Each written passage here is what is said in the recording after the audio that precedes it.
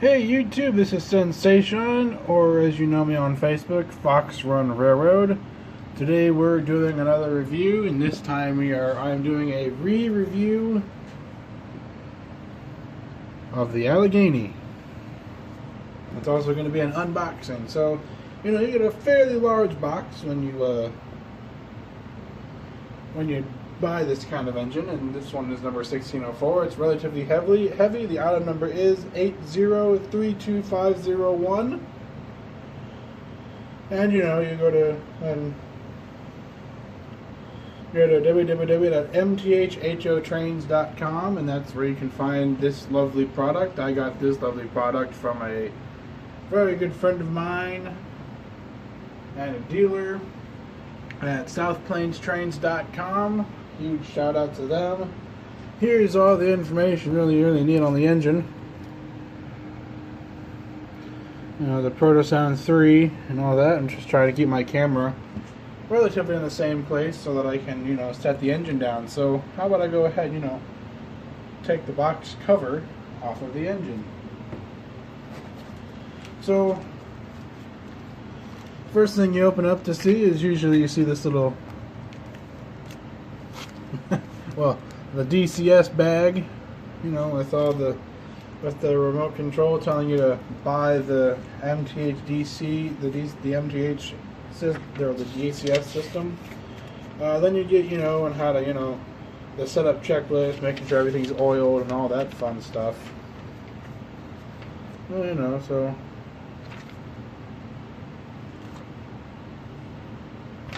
so it's a setup checklist. Yes, it's a 484 on as pictured, but that's to where they can tell you how to oil this thing very well. Then you have the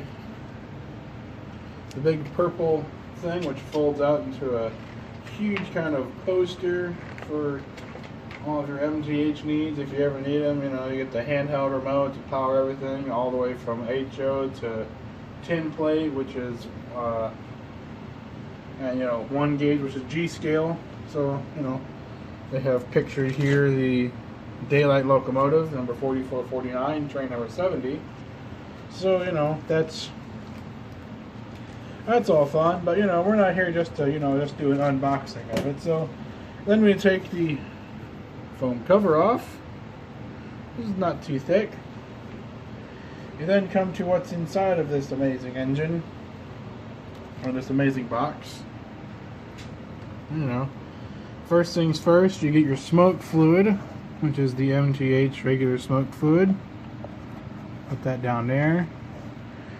And then you get your little driver bolt tool to take the drive rods off. On the opposite side of the box, get an extra set of drive wheels without traction tires on them. I have the traction tire set of drivers on this engine currently because I want maximum tractive effort.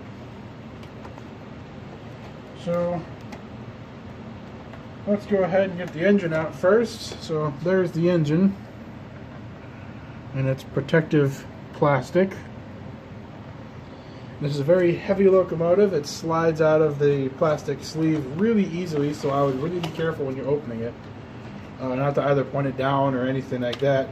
It's just got 2 little tabs on the back side of it, and then you take the engine out. The bell probably will collapse first. It'll bend backwards a little bit, but you can just easily get that back the way it should be on the locomotive, facing down. And you just, put the sleeve back on once the locomotive is back out, put it in its foam insert and place it there. Place the box away, and now we have our engine. So as you can tell, this is 1604, and the way you grab these engines, or the way I do, is I grab them by the second set of boiler, or the I don't know. The front part of the second drivers, just so it's there. But you can tell this engine is number 1604, which is the one everybody wants, which is the one that exists today. It says 1604 on the back of the cab as well. And you can probably tell the wireless drawbar. But let's stay up at the front of the locomotive. I'll show you when the lights are all on that it's got, you know, the two number boards light up, and then also the pilot light also light up, and it's also got, you know, a dual smokestack for that awesome synchronization chuff on all MTH steam engines. And then, you know, it's got the awesome white walls on all 12 drivers, which is awesome too, which I think is great. And if you look real close on the back set, on the last set of wheels, not the front two, but the last two, or the last one, it is actually spoked in the back. So what's cool about the trailing truck is that this is, you know, it has a little bit more movement than most other steam engines do. It's specifically so this engine can negotiate the tighter curves if you have like a 20-inch radius on your layout. MTH recommends 22 to 24-inch radius for this specific engine model, but really you're fine with 20 inches if you really want that. So I'm gonna set that engine down now on the track, and the whole thing. I'm gonna scoot it up a little bit so you can see it. The whole thing, the whole boiler itself is made of die cast. Even the cab is die cast. There's a cab light in it when I turn the engine on, and I'll turn my overhead lights down so you can see the cab light in it. And it also does have automatic crew talk, which is fantastic. I love this engine a whole lot. It's got the white pinstriping all the way around, which is even better. I'm thinking about making that a reflective stripe all the way around, you know, make it different than most of the other Alleghenies that are out there. And all the handrails are separately applied to this model on both sides. Everything on the front is separately applied.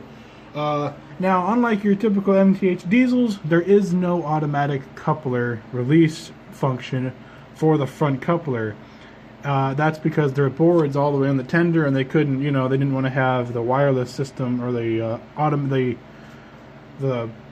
automatic coupler to be all the way up here, so they decided just to leave it as a sprung coupler, a sprung coupler from KD at number 5.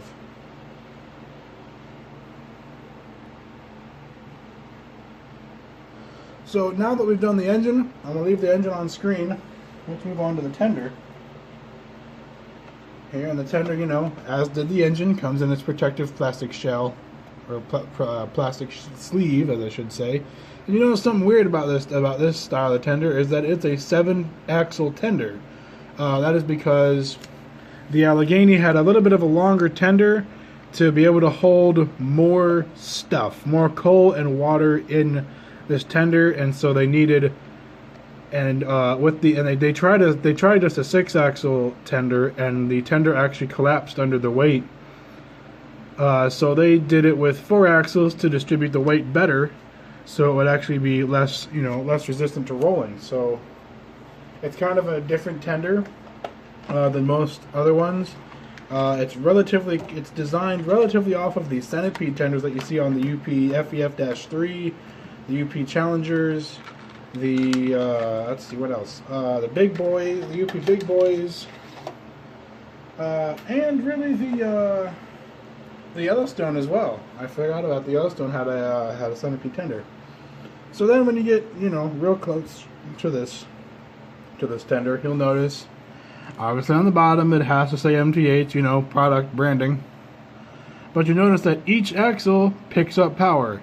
So this tender is very hard to lose power on anything. It's also a dual speaker tender, so you get that awesome MTH sound. And if you notice on the back, as I said, there is one automatic coupler on the back side of this, and on the tender of this engine, and it does work. So you will notice that there are no white walls on the tender. It's just steel wheels. All the handrails and details are separately applied. The shell of this tender, as well as the frame, is die cast, so this is a very, very heavy tender. As you'll notice on the tender,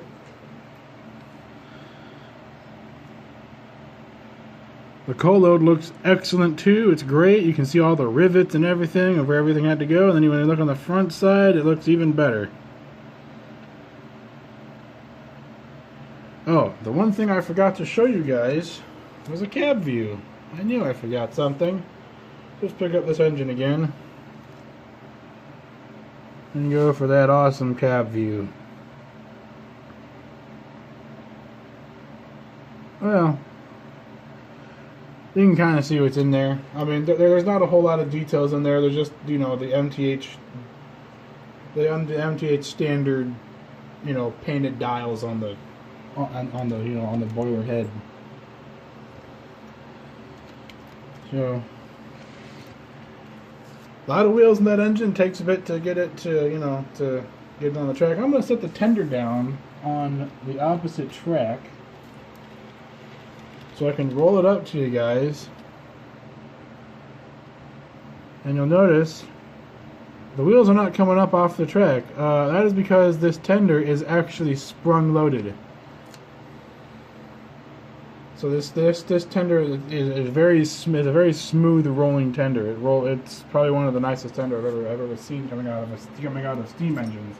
And the best thing out of all MTH engines is that wireless drawbar. That is by far the best feature out of any steam engine that I've ever had. I mean, the wireless drawbar is definitely something other companies should look into doing more of, only because that wireless drawbar, they don't have, you know, all the wires that are there that are hanging down by the drawbar, causing something to, you know, not be right or what have you. By far, this is, I mean, I can't say it enough, but MTH has come a long way. I'm just going to get the box back together here, because we don't need it anymore. Got a lot of MTH boxes now. So at this point of the review, you're probably wanting me to start this engine up and, you know, get it going and go for all the running and going for all the running, which is exactly what I'm going to do. So I'm going to go do that. Okay, now that the power supply is hooked up, I can go ahead and start this engine.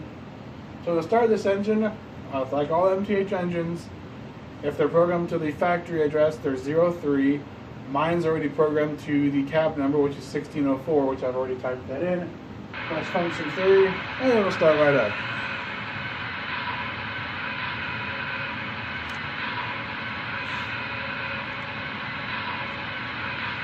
I'm going to go ahead and turn the lights down so you can see the cab light, if you can.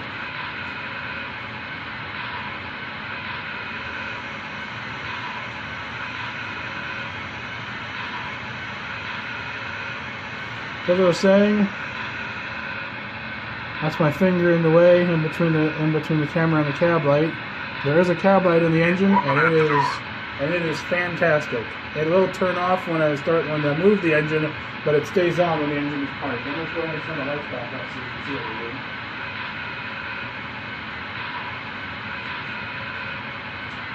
So now that it's running, let's go through some of the functions. Obviously, we have a bell.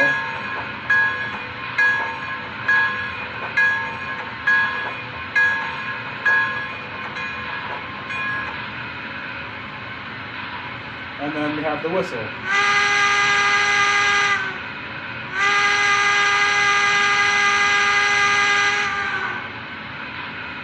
Now, MTH has said